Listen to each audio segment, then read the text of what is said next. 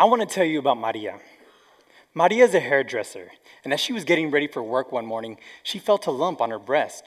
She didn't think much of it and went on with her day.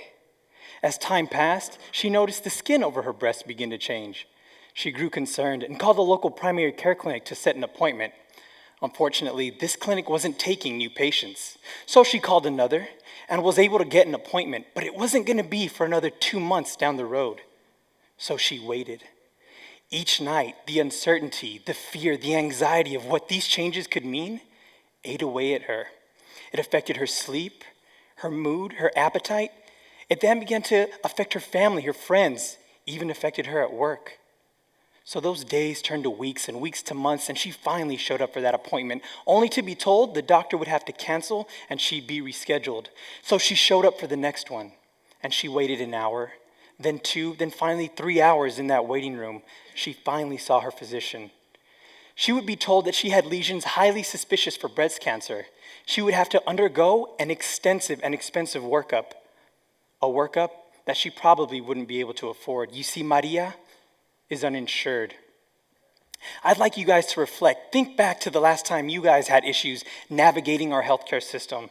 The last time you had to battle with insurance companies for coverage. Maybe you couldn't get a refill on the medications when you needed to. A time where you had to wait to see your physician. I'm talking about this idea of access to quality health care.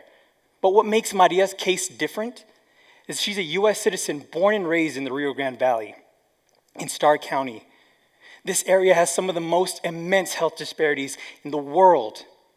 To give you an idea of what I mean, across the state of Texas, the average ratio from physicians to patients is 1 physician for every 600 patients, roughly.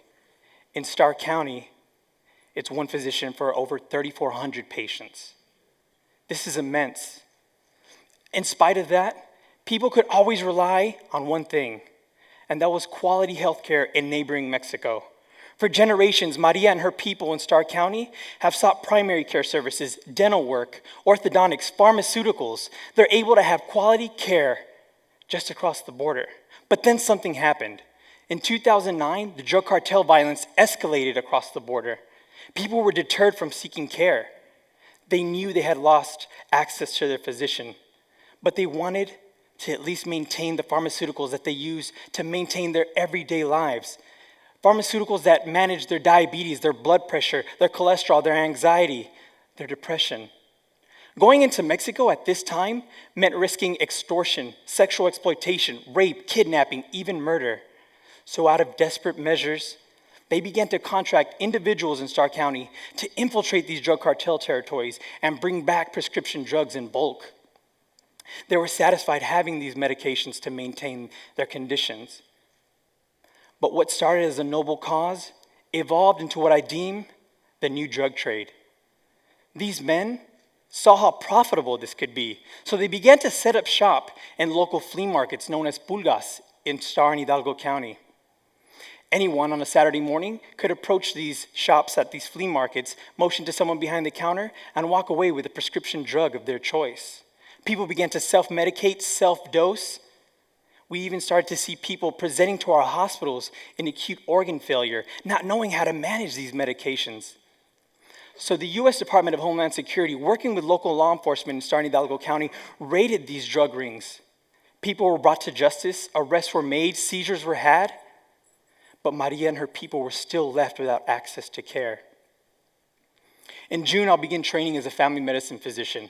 I hope to practice medicine in these underserved areas, becoming one of the people at the grassroots, helping fight the disparity. But I need your help. There are local initiatives you can get behind right here in San Antonio to help prevent things like the new drug trade. The Center for Medical Humanities and Ethics out of the UT Health Science Center organized student-run free clinics that open access to people from all the different subsets of our population. The Alpha Home caters to women suffering with substance abuse. Haven for Hope, it's an initiative helping to combat the condition of homelessness.